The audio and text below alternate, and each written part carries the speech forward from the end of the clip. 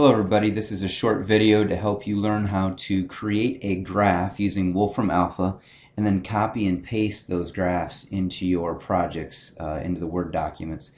So the one I'm going to show you is just how to do a basic linear equation. Again, the website here is Wolfram, alpha.com if you go there. And if you type it in here, this is a computational knowledge engine. It's also a graphing calculator.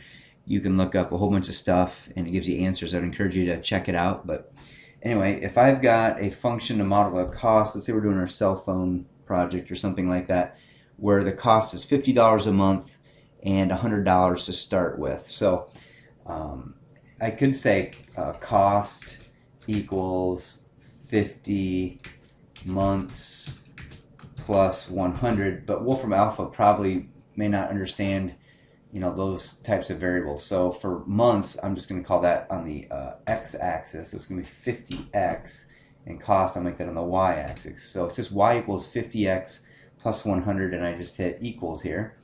And hopefully this will graph it. So this would be a linear equation. Y-intercept's out of 100, slope is 50. And it should automatically do it. So here it is. But this isn't looking really good for me. I'd like to make it go from like 0 to like, I don't know, 60 months or something like that. So what I'm going to do here is actually change it and say plot that equation from 0 to, let's say, 50. So that'd be 50 months. And I'll hit equals there. And that will give us, there's a graph. So that shows, that models the cost of this cell phone over time. So you can see how many months and then how much the total cost is here. And then if you wanted to compare to, just put a comma. Let's say this other phone, let's go y equals, let's say this one costs $60 a month, so 60x plus, but initially only costs $45. So 60x plus 45. And I don't know if I have to put the range again. We'll find out. I'll just hit enter there. So hopefully it'll just graph them both on the same axis here. Let's see if it understands that. Nope, it didn't. So I'm going to have to do it twice here. Plot that from 0 to 50. Let's try that. So I just put a comma. I just put both of them there in a comma between.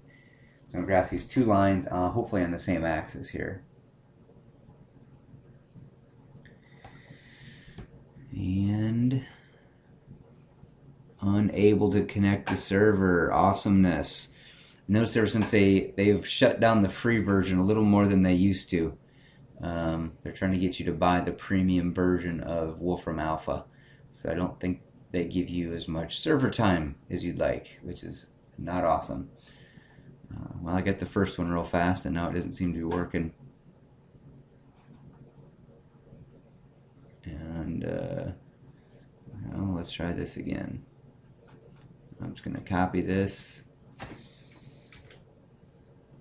and I will paste this and I'll change the, there we go, let's go. 60 a month, wasn't it? And 45 to start with. Let's see if it likes me now.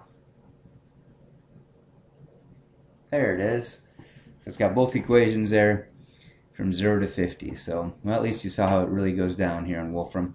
But this is a pretty cool little graph here. You can point and click and it's a little interactive.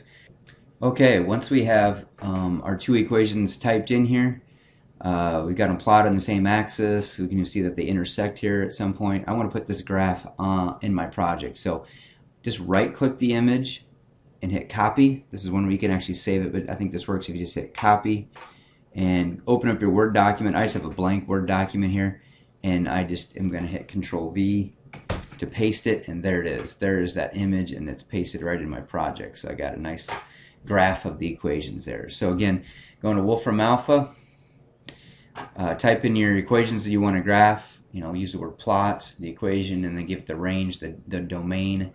And when you get it graphed, right click and hit copy, and then go to your project and paste it in there. So hope this short video helps learning how to use Wolfram to put your nice graphs in your project.